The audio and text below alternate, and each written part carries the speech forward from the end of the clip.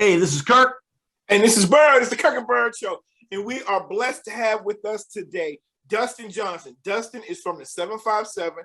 Specifically, we want to give him that shout out because he's from Hampton, the greatest city in the world. He is a football player, athlete, trainer. He played now rival to my school, Bethel, as you can see right there. All right. He played football for those Phoebus Phantoms, two-time state champion, played defensive back for Norfolk State. I got to give that shout out to that side of the water as well. He's a personal trainer. He is a 757 legend. Thank you, Dustin, for being on the show, bro. I appreciate it. Thanks for having me. Thanks for having me, Mr. Rusty. Yeah, Dustin, I'm excited to have you. Known you for a long time. You were good friends with my nephew, Justin. And I already told you that if I call you Justin, it's a Freudian slip. But, cool.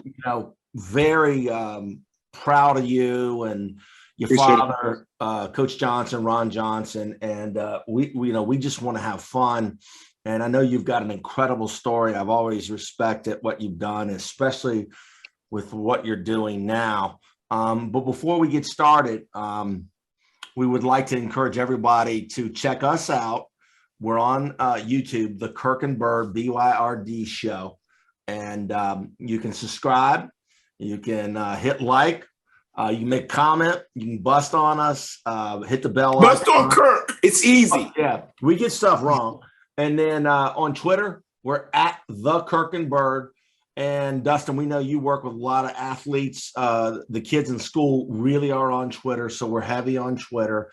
And then for a podcast, if you want to listen to us while you're working out, I call it windshield time. And I listen to podcasts all the time personally. I listen to some of the cool ones down there from the 757. So we're on Amazon, we're on Apple, we're on Spotify, and we're on Google. Now, having said that, Justin, we want to go back because you've got a lot of great history. And, I was telling you, we try to be different. We want to share information, nuggets that you know in your journey. But why don't you catch us up with the incredible work that you're doing now with your Wolfpack training? Well, first and foremost, my training journey began, probably when I was in college. I was one of them athletes in college where I would leave our regular weightlifting and then go train in the regular gym. A lot of my teammates would come with me. A lot of my college teammates could vouch for this. I just enjoyed working out because at Phoebus, it was a must. You had to enjoy it because we didn't have no options. We took it very serious. We had books, and I never knew what level of training that I had until I went to college. We used to do certain exercises and conditioning, and I would always catch myself ahead of the pack, just being prepared. And a big phrase that I live off of, and if you watch some of my videos with my 7-on-7 team, you'll hear me say proactive and not reactive. And that's just a big thing that I live off of. I like that. Just training, when you training, that's the motto, just being proactive and not reactive. But my recent training journey started after college. I began training at One Life while I was training on my own, just freelancing. But then I had got a few certs. I started at One Life Fitness, where I trained the newpreneurs for One Life for about 2.5, 3 years. Then I went back to the mental health field because I was in mental health. Before I started personal training professionally, I was in the mental health field. And I went back to mental health full time to provide for my family a little better, do a little better financially.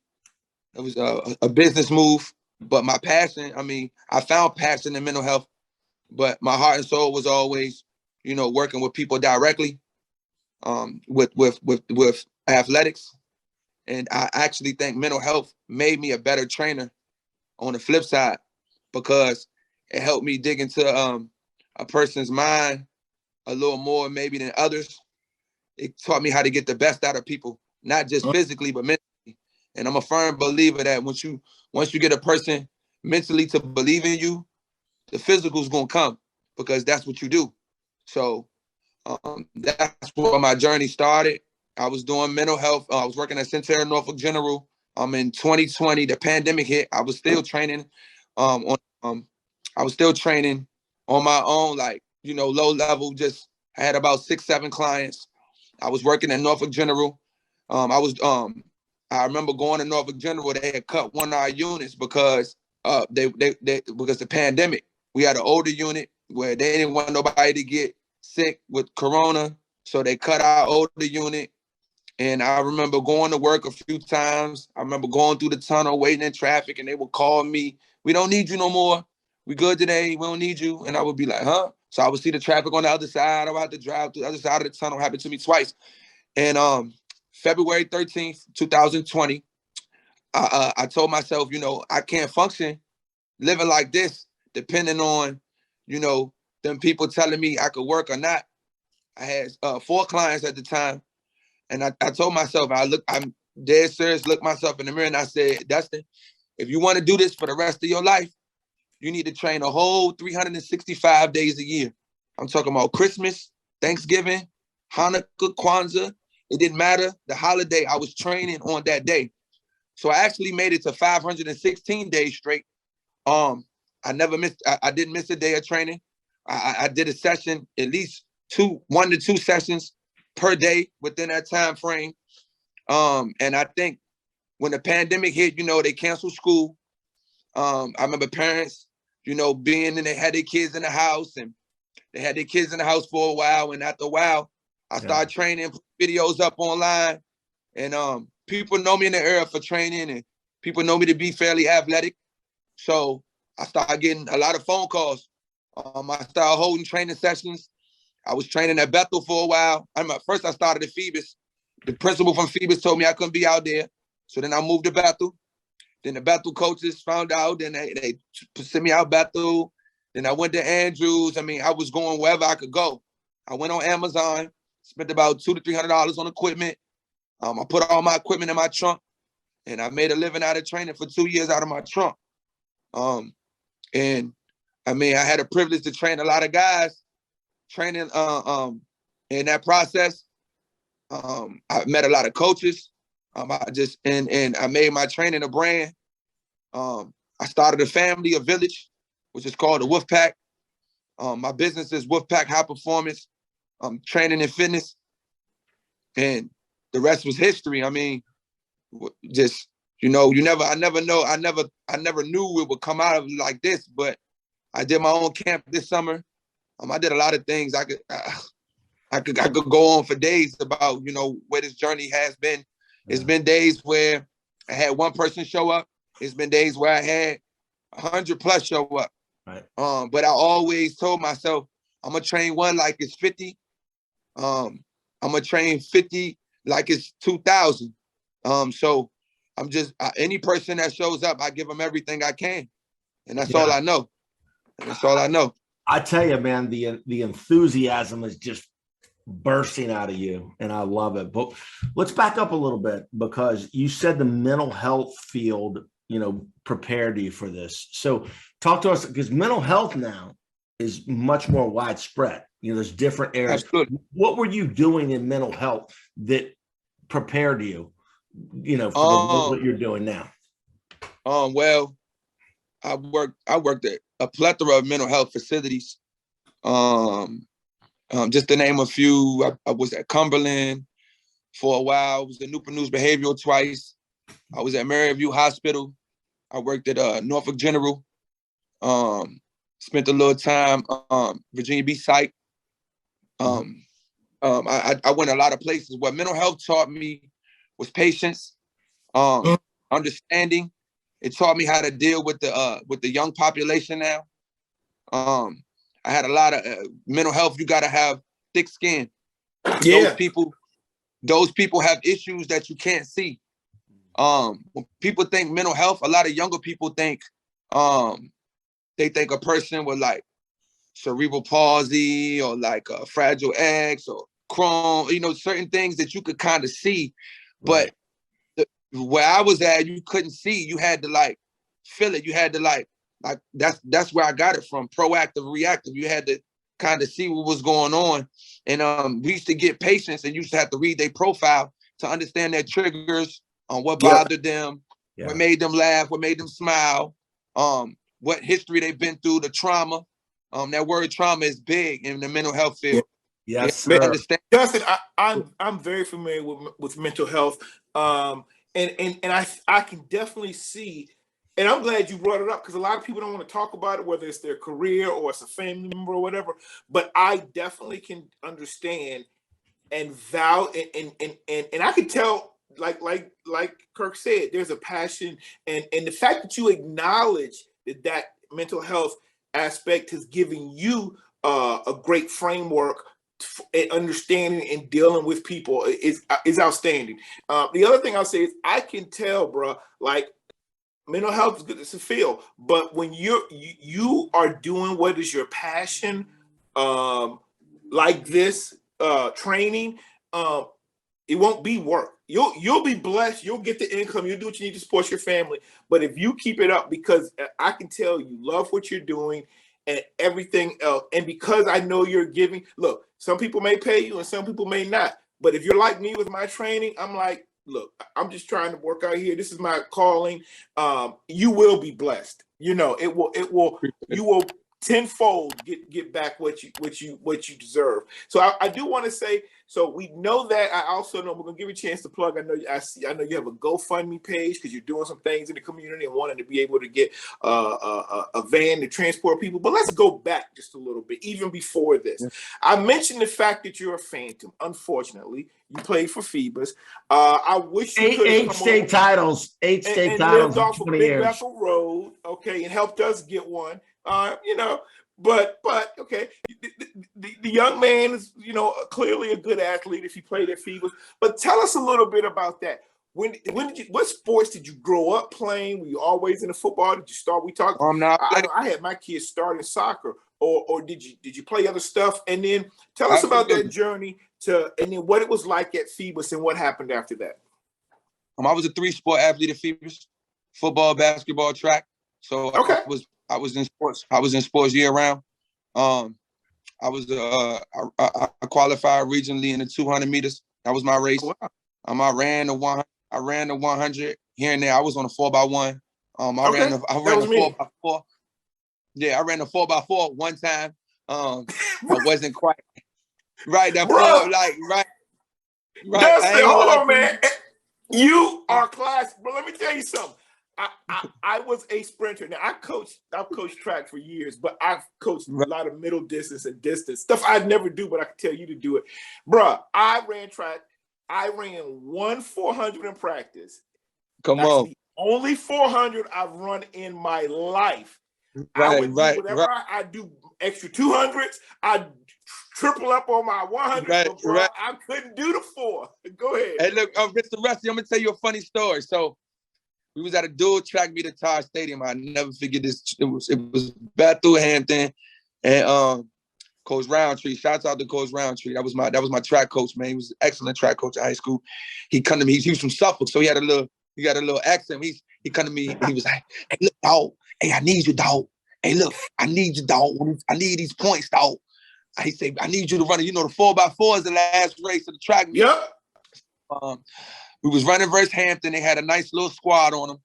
And it was, they had this kid named Cox. He was a dog sprinter, but he was a track head. He knew how to run a 400. I didn't. So I was a second leg. And they had us by like 100 meters. I know what you're going to say. I know what you're going to say. Hey, Mr. Rusty, you know, when you a sprinter, you a short sprinter, you thinking you ain't got that much time left. You not respecting the race. So he had me, I promise you, by the time I got the baton, he was on the straightaway. So I'm coming around the curve. By the time we got to that second curve, I was right on his shoulder. He was right when there. I said that monkey jumped on my back. When that monkey jumped on my back. Right around that other turn, that monkey jumped on your back. Hey, look, my track coach is walking next to me in the infield like, "Come on, dog." I passed that baton, laid out in the infield, Mr. Rusty. I laid out. So I said, "Oh no, coach, I can't do this no more." Dustin. At least you did it in a meet, bro. Right. I mean, you at least tried in a meet. I would have. Yeah, I couldn't even. But I never ran it at practice. I was just one of them guys. Like I'm a team guy. My coach came to me and was like, "We need these points, dog." I can hear his voice in my head. I'm like, "All right, coach, I got you. So I ran track, and we were good at track. We won state championship, won 3 when I was in school. But look, I was a football player that ran track. Okay, and so like our 4x1 was our backfield. You know, right? Got it. Couple quick things. I want to, for guys our age, Mark Rainey. Yeah. Who went to Villanova and was the biggest athlete of the year when Alonzo was at Georgetown. Didn't he run the 400? Oh, Mark was the Villanova. When I was in school. Unbelievable. Mark, you're ahead of me. But let me tell you a real quick story about that, because your story about running the 4. Is this about Dustin? My boy Jonathan Morgan. So Jonathan, I'm gonna tag you on this. Jonathan, really good athlete, but he hadn't played any high school sports. But he was a guy who could ball and all. He had a little game in basketball, but just didn't play sports. But in 11th grade, we told him come on out for track. He had never run track ever in his life. So they're like, okay, let's try the different thing. Okay, coach said, run the 400, Jonathan. And he was running against Mark Rainey, one of the top 1 or 2 400 runners in the nation. The nation takes off, and he's right with Mark. We're like, oh snap! He goes out the first corner. Then I sit there straight away. We're like, he's sticking with Mark Rainey. Wait a minute. And, I mean, the whole practice stopped. Everybody just stopped with watching him. Man, his nickname was Boo. Boo got around that next one, man. It was like 10 jumping monkeys jumped on his back. And I joked him to this day, man, they was just knocking him on the head, in the back. He got around that third. He was doing this. He never finished the race. He landed on the ground, crawled, got off, never ran track again. But he was trying to keep up with Mark Rainey. We're like, dog, you can't do that.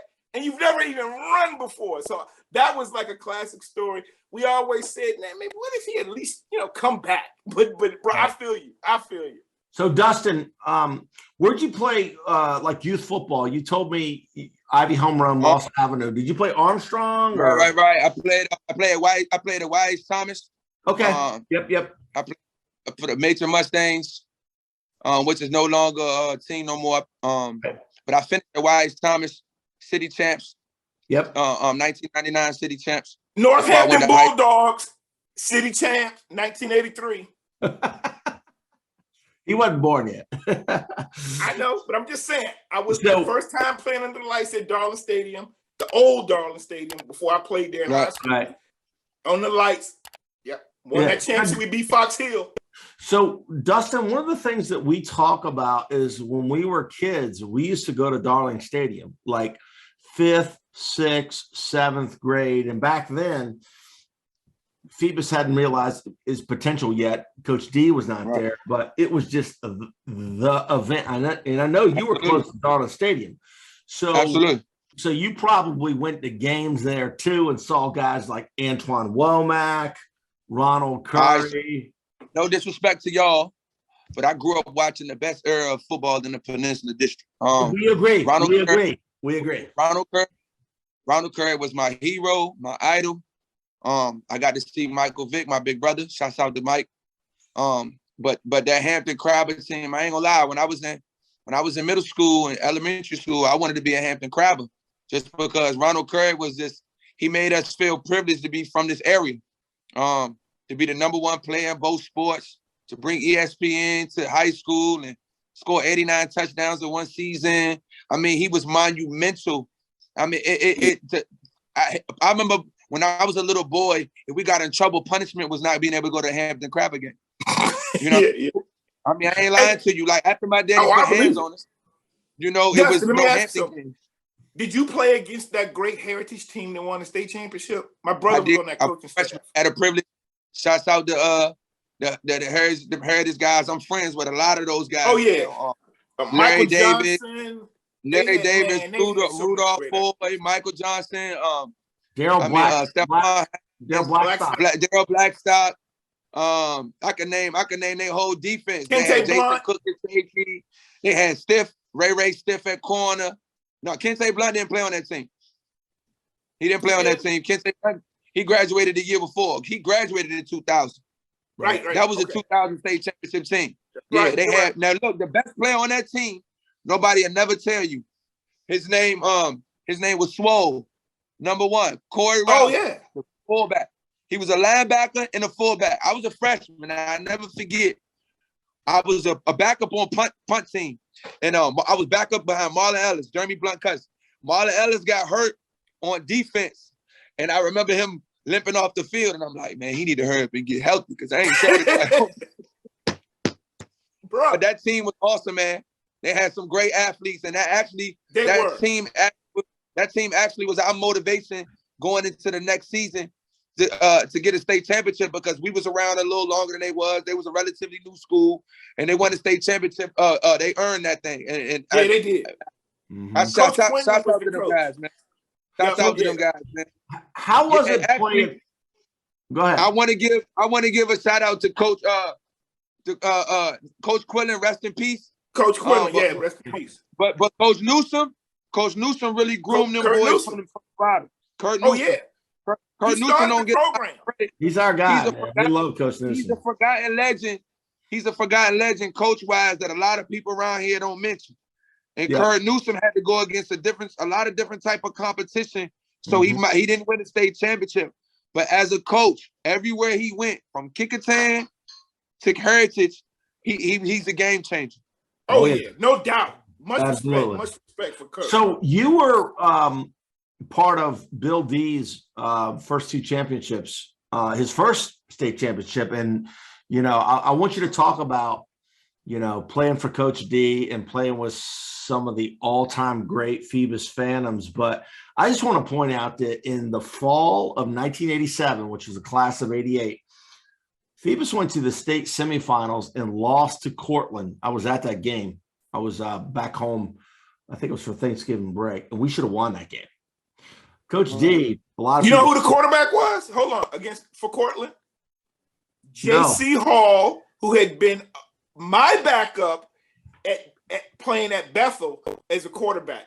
On JV.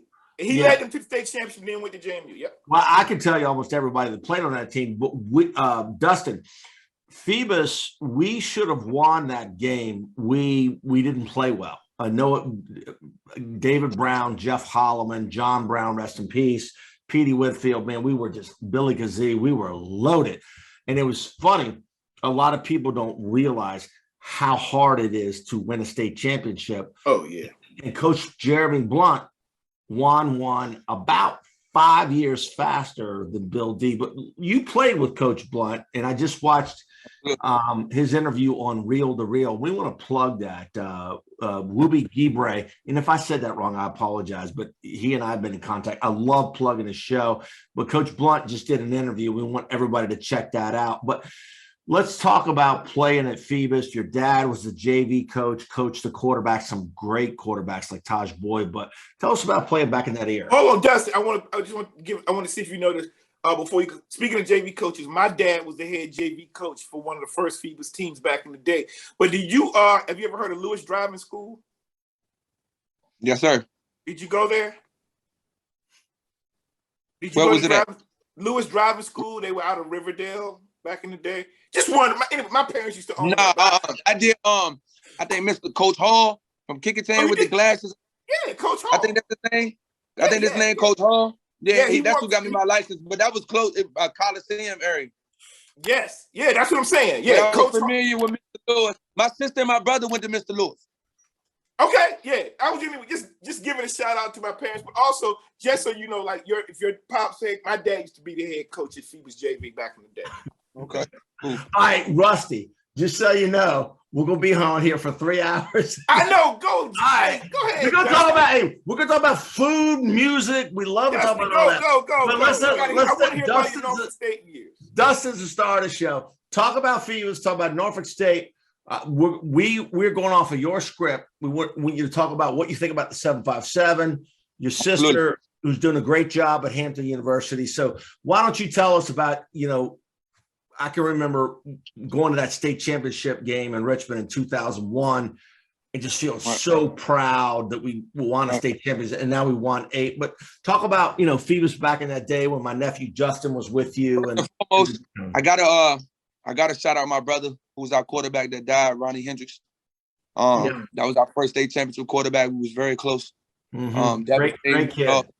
Right. But people like Jeremy, that group of seniors, it'll probably never be a senior class at Phoebus.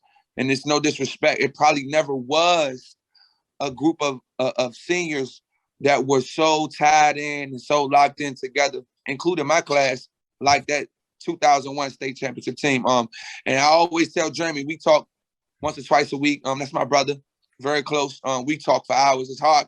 We already know when we call each other, we can't really answer the phone because we're gonna talk for 2-3 hours. He could be in school if he called me. We got so much to say, but it's only fate for him to be coaching now, because of the leader he was. He was without a doubt our vocal leader.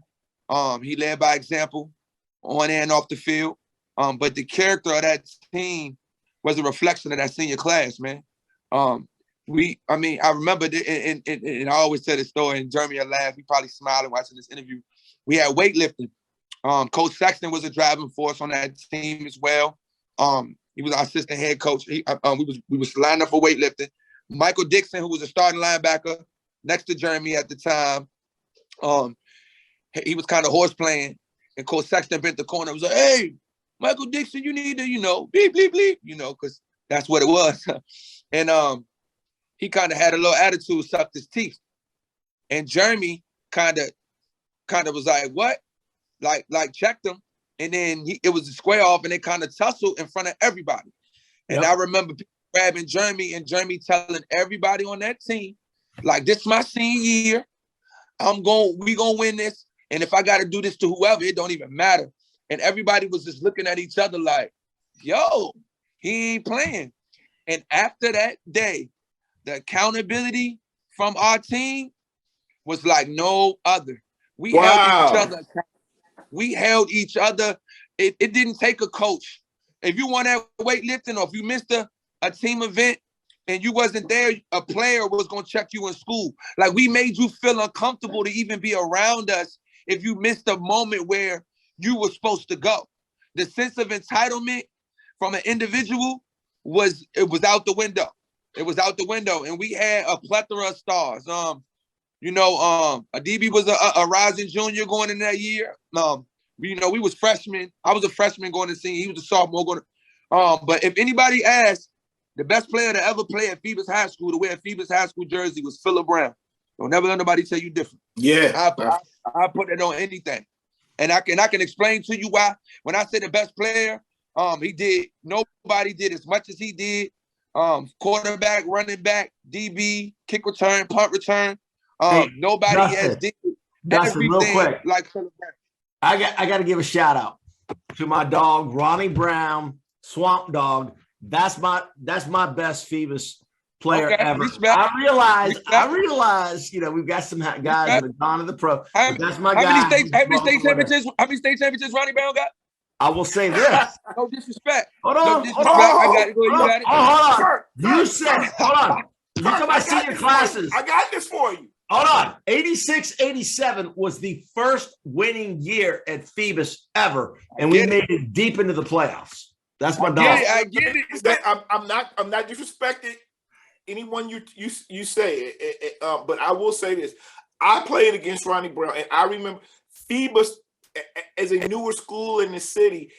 It had only been around 8-9 years, but they had a horrible football program, and no joke, like Phoebus was always a guaranteed win. In fact, back then, when I don't even think in 10th grade y'all even had a JV program. Coach D got there my senior year. The district was very tight. It was us, Hampton, Warwick, Phoebus, all like with the same record. But I remember in my government class, we were playing Phoebus that night, and I said, there is no way we're going to – I don't care how good this new Phoebus is, they're not going to do anything. They beat us, and that was the first time Phoebus ever beat Bethel. And that group of guys, though, under Coach D, truly set the foundation, you know, for what came with you guys. Yeah, you're right. They didn't win a state championship, but they changed the culture. Yeah. Allowed you guys. And look, one thing about me, right? We paid like those guys that paved the way for us. And I'm just cracking jokes. I respect everybody. We know, man. It's all good. It's all good. I don't want nobody. Sometimes people take it to the heart. No. Yeah, I mean, I do stand firm on saying that, and I could break it down in numbers. I could break it down in moments. Oh, we know about Philip Brown. Philip Brown was a bad dude. Right. I mean, I'm just saying, like, but and I've been around for a while. Just watching just the position of everything. It was nothing he could not do. Nobody passed his side. You know what I'm saying? When he was the fastest. He was top 5 fastest people in the state. He ran track. But he was an exceptional athlete. But to touch more on those 2 state championship teams, I got to give a lot of credit to our coaching staff as a whole. Shouts out to Greg Narver, who probably was the best assistant in the district that nobody talks about, who could have left us actually and went to Penn State, but he turned it down because his connection with Coach D. But he was a genius. He was a genius. He coached our defense. He coached our offensive line. He always had us prepared. He always had us prepared for every game. And just the culture of those coaches, we didn't see color. Most of our players were African-American, but most of our coaches were Caucasian, with the exception of my father and a few others. But it was a big family, and it brought the whole community together. And Coach D, rest in peace. I always tell people, Coach D was a great coach. He wasn't the best X's and O's guys, but the character that he got out of us got us prepared for life. He was hard on that. You know, he taught us life skills. He cut no corners. You know, like he made sure he got the best out of you. You know, I could hear his voice in my head with them fat thumbs, just, you know, and the bullhorn, you know, and we didn't have the best personal relationship. When I was young and immature, I didn't quite understand why he was so hard on me, why he expected so much from me until I became a man. Yep. And I'm so grateful for playing in that program under those guys that we'll probably never see a coaching staff like that again. And I'm just grateful that they really got the best out of us. And Coach Greg Day, Bob Cicelo, my father, Ron Johnson. Those guys were a different breed, man. The expectation. Dustin, I'm telling you, the stuff you're saying, I'm definitely going to be sharing this with my son, who's an 11th grade football player, and a lot of his friends, because they don't understand the sacrifice it takes to win. And I'm not even saying win a state championship. I'm just saying to be a winner, you know, on and off the field, and just have pride in what you're doing. But I love the story about your seniors to help that leadership, because my son's going to be a senior. And I keep telling him, like, they're looking at you, bro. Like, the younger guys are looking up to you, but what you do counts. And so, man, I appreciate that. But look, I want to get to your Norfolk State. My brother's a professor at Norfolk State. I want to hear about how you got to Norfolk State and what that was like. Just like my training journey, man. Out the mud. I went to JUCO first coming out of high school. I'll never forget my senior year. I had a pretty stellar senior year. My first game, we played IC Norcom. We actually played them 3 years in a row. My sophomore, my junior, my senior year, they didn't score a point. My senior year, we had Elon Lewis, no one running back in the state at the time. Yeah. I mean, the country at the time, excuse me. So every team we played loaded the box. So I had the privilege to see a lot of honest coverage. We played versus IC Norcom. I'll never forget, I had four catches, 4 touchdowns, an interception. And after that game, Norfolk State offered me a scholarship. And I told the coach, this was before the coaching staff I played for. I think Coach Gillis and all them was there. They came to my bus. I went off you a scholarship. And I respectfully turned it down. Just looking at what I felt like at the time, I could do better. I really wanted to go to Virginia with the likes of Al Grove and Mike London, who was there at the time. He was recruiting our area. I had a relationship and a rapport with him, but I turned it down. I ain't gonna lie, when we won the state championship those 2 years, they kind of cut us some slack in school. I didn't take my academics as serious as I should have. The SATs, I still finished with like a 2.7, 2.8, but my SATs wasn't up to par. So I didn't meet the requirements, NCAA sliding scale with the SAT GPA thing. Yeah. I went to JUCO at Fort Scott. I got in a little situation where somebody stole my money out of my room. I saved up my graduation money. Didn't have a lot of money. My parents were, going through some humble times. So I went out to JUCO with just a hope and a dream. Something was taken out of my room. I got in a little scuffle. I got put off the team. I came home for a year. Started getting into things I had no business getting into. But I still worked and worked on my game. I trained, and I never forget, I took the ACT, qualified on the ACT. After like 3-4 tries, I qualified at Heritage High School. It was crazy because the morning I woke up to take that test. The night before, I was up all night. Wasn't prepared. My daddy cussed me out. I actually drove. I drove to the test. I ran out of gas on the interstate. I asked God to get me there to take the test.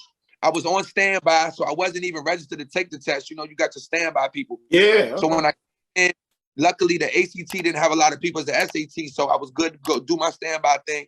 Shouts out to Barbecue. When I ran out of gas after I took my test, he let me hang out in his office. Q over there. Oh, Barbecue. Oh, yeah. Barbecue. Yeah, Barbecue, my dog. But Barbecue let me hang out. He knew my pop. So I took the test. Then I, you got to wait for your results to come in. We didn't have internet at the time at home. This when the internet was But me and my pops, we had a little exchange about something. And he was like, man, I didn't call to get your scores. If your scores ain't right, your ass is getting up out of my house. Like, that's how my pops was, and I respected him, man. Reason why I'm the man today. He called the people. I never forget. He called the lady. They had him on hold. Then they read on my scores. I needed an 18. I ended up getting like a 22. And he read out my score. Oh, 22. And I knew at that moment I qualified. That's the first time I ever cussed out loud. And my dad, like, I told your ass that.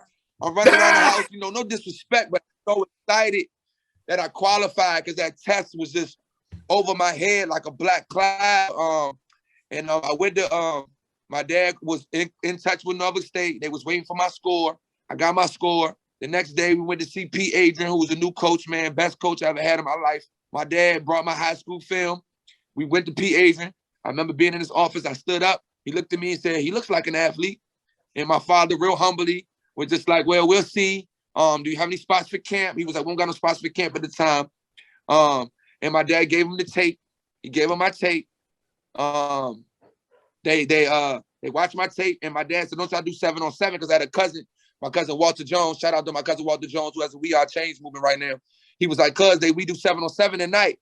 So my dad was like, can we come to 7-on-7? And I had already got accepted into school. So they let me come to 7-on-7. I guess they watched my tape. So when I came back for camp, when I came back for 7-on-7, they had my letter for camp. So at that 7-on-7 that night, I never forget, it was a whole bunch of, I played receiver at the time. I was an all-state receiver at Phoebus, but I come in at receiver, I shredded them. I'm saying to myself, this is Norfolk State. I'm about to go over here. How you felt about Phoebus? How you felt about Phoebus that went back from Phoebus, won Phoebus? That's how I felt about Norfolk State, and I did my thing out there. And when I got into camp, Don Curry, who played on the other side of me, was in the NFL for 10 years. My brother Don Curry they red flagged his clearinghouse, and they needed a defensive back. I was pretty physical, receiver, being that I played at Phoebus, we had to do a lot of blocking. Yeah. A couple passes I would catch, I would run a few guys over, or just I didn't shy with contact. And Coach Adrian, he really gravitated to my athleticism. So I never forget the next day in practice, he called me upstairs and he said, Johnson, come upstairs. He got a piece of paper flipped over. And he said, how do you feel about playing defensive back? And I'm like, Coach, I'll play whatever. He flipped it over, slid it to me, and I earned a full scholarship in camp before school even started. Wow. What's up? Yeah. That's what's up. That is a blessing. That's how I got to Norfolk State. Awesome. Yeah. Man. What a That's great how I started at Norfolk State, and the rest was history, man. All right. Yeah. That is great. That path, awesome. That path you took has made you who you are now. Absolutely. That direct, the easy way, I don't know that. is not always the best way. So I don't know that. why don't you tell us about what you're doing now? Because we want to make sure everybody knows about, what you're providing to the community and what your vision is moving forward. What I do now, first and foremost, I'm a pillar of my community. I take a lot of pride in that part. Just being a leader, character-wise, in a world where leadership is taken for granted. People that do things the right way is taken for granted. We live in a world now where fake is real and real is fake. Yeah. I know people use that word, I'm real all the time, and I'm real this, real that. But, I work on my character every day. I got a lot of guys, I've lost kids for being firm on character. I've gained a lot of kids for being firm on character. Mm-hmm. Some parents don't like it. Some parents do. But I'm just big on the people they become, not just the athletes. Because just being an athlete, it's a small window of life. That's right. I like to give them things that they could take forever and move on forward. I give them a lot of life skills. But my program is Wolfpack High Performance Training and Fitness. My website is www.wolfpacktraining.co. .co or .com? .co. Okay, so that's www.wolfpacktraining.co. All right, so we'll have that on the screen. Go ahead. I run sessions every day. High school, middle school, elementary, high school, and college. After them, I do individual sessions. You can book on my website through my booking app. Of course, I train regular people. I train females. Mm-hmm. I train older adults, males. But I'm gravitating more towards and I actually have a lot of good results with those people. But I cater to whatever my client needs. Whatever they want. If they want to get bigger, I get them bigger. They want to get smaller, I get them smaller. Whatever they're looking for, I try to provide that service. Hey, Dustin, we know you're out of Hampton, and but 757, our audience and everything is kind of expanded and grown. Do you ever go to the other side of the water? Absolutely. I did a lot of group training. I actually had the privilege to train one of the coach teams over there, younger coach team. Shouts out to the coach organization at Mount Trashmore. Like I told you, I did a lot of traveling, man. I ran one of my vehicles in the ground, just traveling. I hit the road. I actually was I probably one of the first trainers out here to do group training for teams. I trained Shutdown Falcons several times. The Hokies, the Outlaws, not the Outlaws, excuse me, the Buckeyes. I trained Phoebus team before. I just had a privilege. I started traveling, man. I went up and I actually got asked to coach. It's crazy because I was training a lot of the Hokie kids. Shouts out to Saeed Williams Jr., one of the kids from that team who's thriving right now. He's we train every day. He's a Under Armour All-American. He's top 10 quarterbacks in the country right now. 8th grade kid. We work out every day. He actually trains with Bobby Wilder, quarterback. I take him to his quarterback class, and then we do our thing. But I was training his team when I went to school with his dad, Saeed Williams. He was on the first state championship team we had. I was training their team, and after I started training their team, one of their parents had asked me like, "Hey man, could you help us coaching?" And I didn't want to do Little League because I had a bad experience with a Little League team. Because I started off coaching at Heritage High School first when I stopped playing football in college. Then I coached at Phoebus, and then I ended up coaching at Phoebus again later on. But I didn't want to coach Little League because the culture now is different. The parents are very disrespectful, to say the least. Yeah. No disrespect to nobody, but it is what it is. Yep. You're right. Man, let me tell you something, Dustin. I coached a lot of youth football, and I'm still kind of old school. I played under Coach Cos, and you're right, bro. The parents have changed. The kids are the same. Right. So I started coaching that team, but it was during the Corona. It wasn't no Hampton Parks and Rec or no AYF. They didn't have a league at that time for the liability issues, so I had to travel. So like I told y'all, I was training every day, 365. So I'm thinking I asked myself, how am I going to train on this? How am I going to train every day and still coach this travel team when they go play in Philadelphia, Baltimore, DC, games that we had scheduled? So what I did was I went on my Facebook, and every person that I knew from certain areas that we was going to, I would chime in like, hey, look, I'm going to be in this area. I'm going to give you a story. It's crazy. I'm going to be in this area. I want to train, set me up with some people. So I would, they would set me up, get me lined up, shout me out. Hey, my homeboy Dustin coming through. It's crazy. We played in Baltimore one game. We was in West Baltimore, and had the privilege to train at William Lamel Middle School. I started off with 2 kids, 3 kids actually, on the side of a gym. We're in the gym, but these adults were playing like basketball, and these is Baltimore people. Like, what that dude? That's you. And I never forget. I'm really into what I do. I'm training hard. I'm going at it. And they was impressed with what the boys were doing on the side, and the adults was like, hey, what that do? How much that? What can I get in there? So my homie who put me on with him, he was like, yeah, but it costs. So before you know it, I had like 20 to 25, 30 guys. They stopped playing basketball. Wow. They all just started training.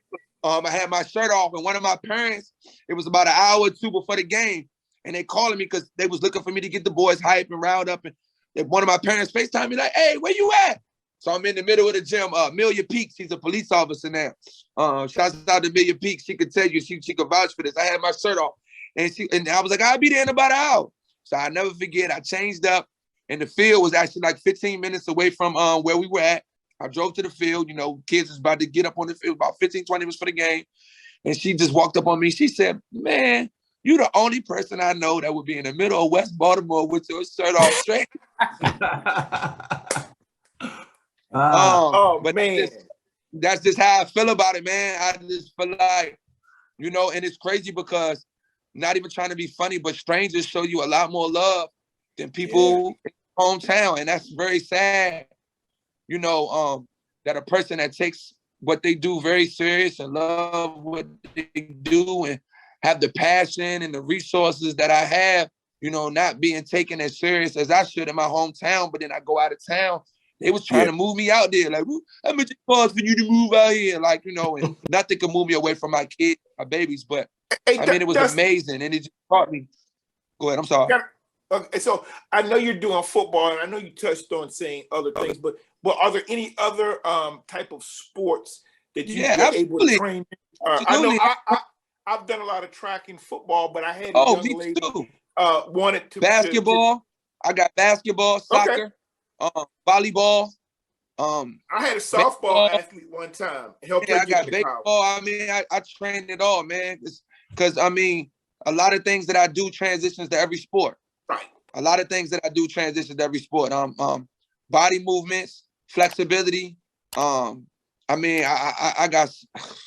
love what I do. That's how we'll be up here forever, man. But I got a lot of athletes, man. I play basketball playing too. Dustin, you are clearly the man, and we're going to continue to promote your stuff. We've had a blast, but we want to let these people know a little bit outside of what you do, because we know you're a baller. We know you're training, but what are some other things we're going to delve into right now so people get to know?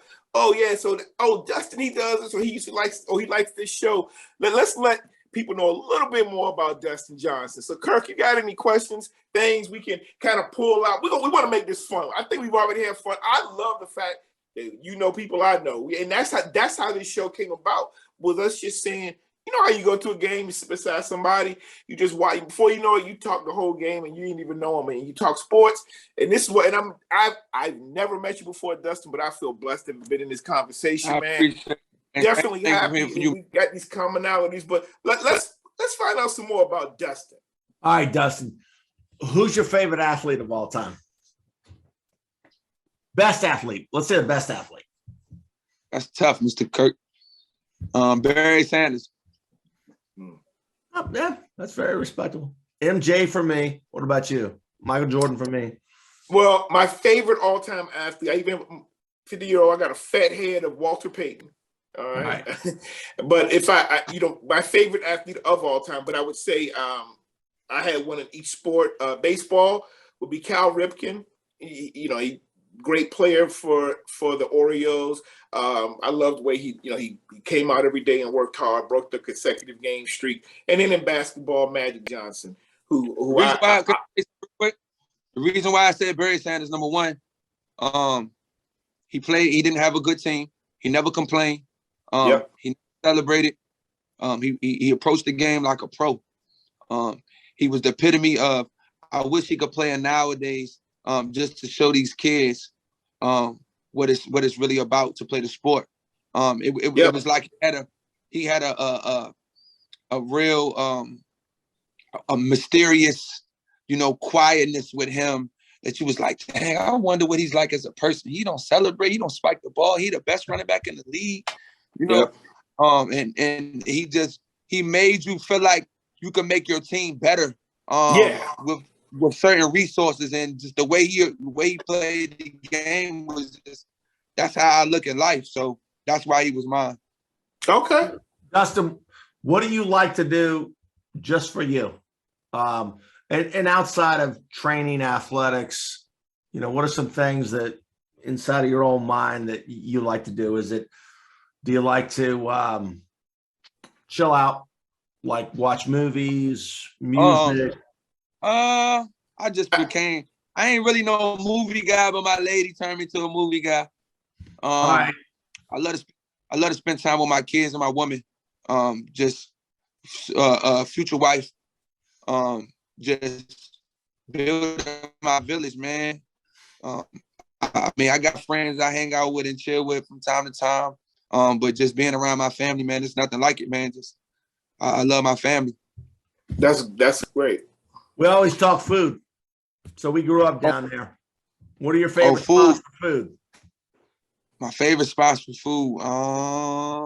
You grew up near one of mine. Chickasee. Chickasee? Oh yeah. Oh, classic. That's old school, man. That is old school. Chickasee, that's lunch. That's a must lunch once a week. Chickasee. Yeah, man. Now Chickasee, I love when I go down and I see that. Pembroke, right? Yeah. It's on Pembroke going past towards Newport News. It's only two of them now. They shut down the one on Chestnut Avenue, but it's still one on Jefferson Avenue and then the one on Pembroke. Okay. Yeah. So I always like Wilkes Barbecue on the corner of LaSalle and Victoria. That's right. Wilkes is good. Wilkes is good. Wow. What about Tommy's? Tommy's all right. It's all right. I mean, it ain't as advertised. It ain't worth the wait you got to go through. I mean, it's good. Yeah, I feel you. No, I just hear a lot of people talk about it. We didn't grow up with Tommy's, but when I went home, a lot of people always talk about it. All right, so listen up, right. Dustin. We want to ask you a question. So, you know a lot of people. You've been around a lot of people. Is there anybody in your phone that you would think that you could text and they would hit you back and we would think that it's interesting? They don't have to be famous. They could be, but is there anybody that, and our point is somebody personally, like you text them or you Facebook message them and they're going to hit you back that we would find interesting? Yeah. I mean, I got a couple people. Okay. But I'm going to shout out one because he's a very instrumental in my training journey. David Robinson, D-Rob, always open. He's a famous trainer out in Texas. Okay. He trains Emmanuel Sanders. He's worked with Julio Jones. He's at every pro day. He works with what's the dude name that he got drafted last year from LSU, second round receiver. He trains him, but he actually featured at my camp. This summer. He flew down from Texas. His agent is Vincent Taylor, the agent of Trent Williams. He has an agent as a trainer. Wow. But his agent is Vincent Taylor, Trent Williams' agent, who's a brother of mine as well. That's my sister Chelsea Perry, her fiance. So when I hit up D-Rob, he gonna hit me right back, and he gives me wisdom, and he's shared a lot of jewels with me. He showed me some things that it's kind of personal to him and dear, and I mean, that's just an idol of mine. Good stuff. Good stuff. Good. So before we get off of here, we're coming up on an hour. We try to keep these less. I know, right? No, it's all. I mean, I've had a blast, man. Let's let you give you one more chance to plug your business and where people can find you again. Well, my gym is actually located in Newport News, 704 Gumrock Court. Is that on your website? Is that on your website? It's not on my website at the time because we're actually about to get it to another location in the next 50 days. Okay. 50 plus days. But I'm definitely going to put that up there just so it could be current in case anybody up here is interested in coming. You of course you have to contact me. I'm only there based upon appointment or session. Right. My website once again is www.wolfpacktraining.co. Okay. And my business is Wolfpack High Performance Training and Fitness. And I want to give a special shout out to my sister as well, who is the strength coach at Hampton University. She's another driving force in my journey. That's my first best friend. I watched her wake up as an assistant. She started at Bally's. She got an opportunity through David Six at Hampton University. Oh, and Coach she took Six. the best out of it. Yeah, Coach Six, good friend of mine as well. She made the best out of it, and she thrived and she grew. And when her opportunity came, she didn't disappoint nobody. And she's currently still the director of strength and conditioning at Hampton University, the first African American female to have that position. Wow. But she also has her own lawn care business, Muscle and Mowers. But that's just the pedigree of our father and what he pushes us towards. Just making the best out of anything that you can. What's your sister's name? Veronica Johnson. Okay. Veronica Johnson. All right. That's great. Well, it's great having you on here. And we'd love to see you, continue to prosper. And please tell your father. Oh, one more thing. Excuse me. Yep. That's one all more thing. Sorry. Shouts out to Michael Vick, Kevin Emery, the general manager of our V7 7-on-7 travel team. Okay. Actually the head coach of the V7 7-on-7 travel team, which is a new team in the area. We got a lot of great guys, a lot of 3-4 star football player prospects. It's going to be a bright future for us.